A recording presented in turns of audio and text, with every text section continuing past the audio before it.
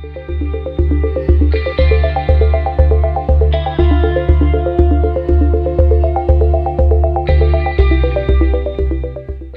my beautiful sticky chums, Daddy of the Wax here.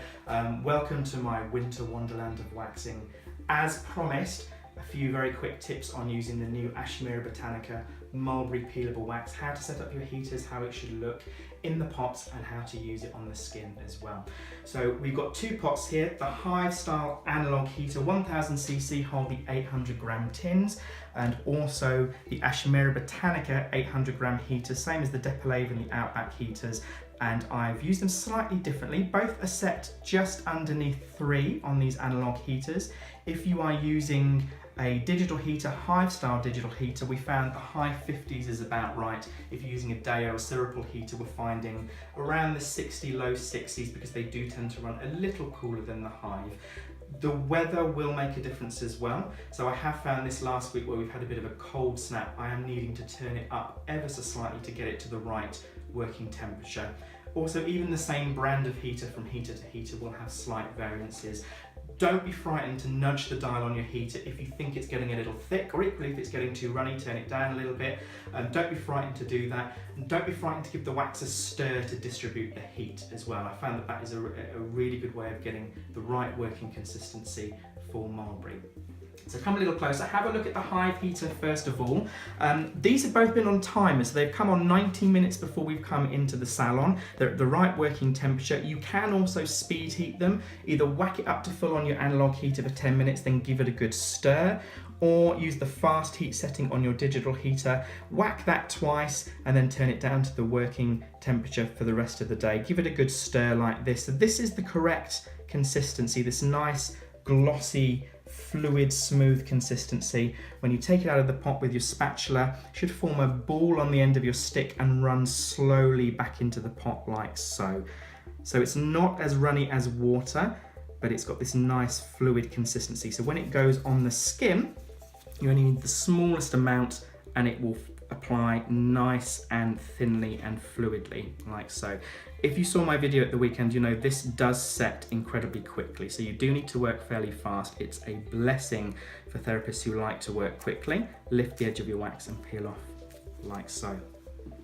Now the Mulberry in the Ashmira heater here, I deliberately haven't stirred this because I wanted you to see how it will look if you are using a timer and you come into the salon and you haven't given it a stir yet. So you've got this waxberg, I love that term, Sarah, a waxberg, solid core of wax in the middle, and you can do one of two things. If you're comfortable and happy just taking the melted wax from the edge, that's absolutely fine. You can take the melted wax from the edge of the pot and use that for your treatment, or if you prefer, you can give it a good old stir.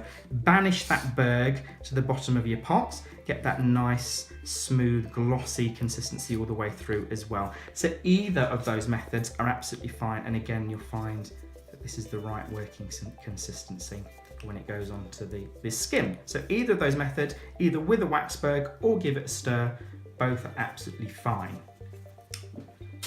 If it forms a film, as it will do, like I said, this cold snap this week, if you leave the lid off your heater, you might find it gets a little bit of a skin, like a rice pudding. Don't eat it, despite the fact it looks lovely. You might get a skin or a film on top. Again, don't let that throw you, just give it a quick stir. I leave a stick in my pot for most of the day, and if necessary, I just use that to, again, redistribute the heat and get that film back into the melted wax.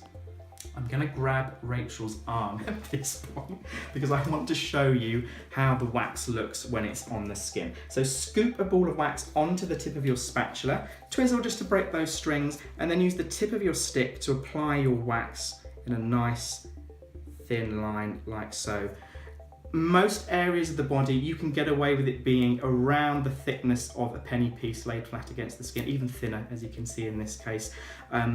Areas of denser hair, coarser hair, stronger hair, feel free to apply it a little thicker, but you don't need to pile it up in big layers. You should find that even at this nice thin level, it will get the toughest of hairs out.